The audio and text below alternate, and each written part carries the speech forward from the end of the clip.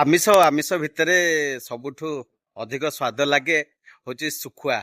ଯେ କାହାକୁ ବା କଣ ସ୍ୱାଦ ଲାଗେ ମୁଁ କହିପାରୁନି, କିନ୍ତୁ ମତେ ବହୁତ ଶୁଖୁଆ ସ୍ୱାଦ ଲାଗେ। ଆଉ ଆମେ ବର୍ତ୍ତମାନ ଅଛୁ ଯୋଉ ଗଞ୍ଜାମ ଜିଲ୍ଲାର ହୁମାରେ, ଯୋଉଠି ଶୁଖୁଆ ହାଟ, ବଡ ଶୁଖୁଆ ହାଟ ଆଉ ଶୁଖୁଆ ଯୋଉ ତିଆରି ହୁଏ ଯୋଉଠି, ଇଏ ଦେଖିପାରୁଥିବେ।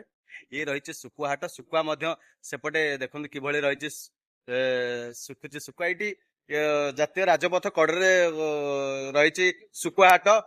ଆଉ ଯୋଉମାନଙ୍କୁ ସବୁ ଶୁଖୁଆ ପସନ୍ଦ, ସେମାନେ ଦେଖନ୍ତୁ କାର ଲାଗିଛି, କାର ଲାଗିକି ନଉଛି। ଏପଟେ ଦେଖନ୍ତୁ ଗାଡି ବି ଲାଗିଛି, ସବୁ ଗାଡି ଲାଗିକି ସବୁ ନଉଛନ୍ତି ଯାହାକୁ ଯାହାକୁ ପସନ୍ଦ। ଏଠି ହଜାର ହଜାର ପ୍ରକାରର ଯୋଉ ଶୁଖୁଆ ଏଠି ଏ, ମିଳେ। ଆପଣ ଯୋଉ କୌଣସି ଶୁଖୁଆ ଖୋଜିବେ, ଏଠି ସବୁ ସବୁ ଶୁଖୁଆ ଏଠି ଆଭେଲେବୁଲ ରହୁଛି। ଦେଖନ୍ତୁ ଶୁଖୁଆ ମଧ୍ୟ ଶୁଖୁଛି। ଗତକାଲି ହାଟ ଥିଲା। ହାଟ ବାରରେ ତ ଆମେ ଆସିପାରିଲୁନି, ଏବେ ଆସୁଛି ଦେଖେ ବର୍ତ୍ତମାନ ବି ଶୁଖୁଆ କେମିତି ଅଛି ଏଠି। ପ୍ରତ୍ୟେକ ଦିନ ବେପାର ହୁଏ, କିନ୍ତୁ ହାଟ ତାର ରହିଛି। ହାଟ ବାରିରେ ବହୁତ ସାରା ଯୋଉ ହାଟ ବନ୍ଦ ଅଛି, ହାଟ ବାରିରେ ଆସିଲେ ଆହୁରି ଟିକେ ଅଧିକ ଅଧିକ କ୍ୱାଲିଟିର ଶୁଖୁଆ ପାଇବେ। ଆମେ ବି ମଧ୍ୟ ଶୁଖୁଆ କିଣିଲୁ।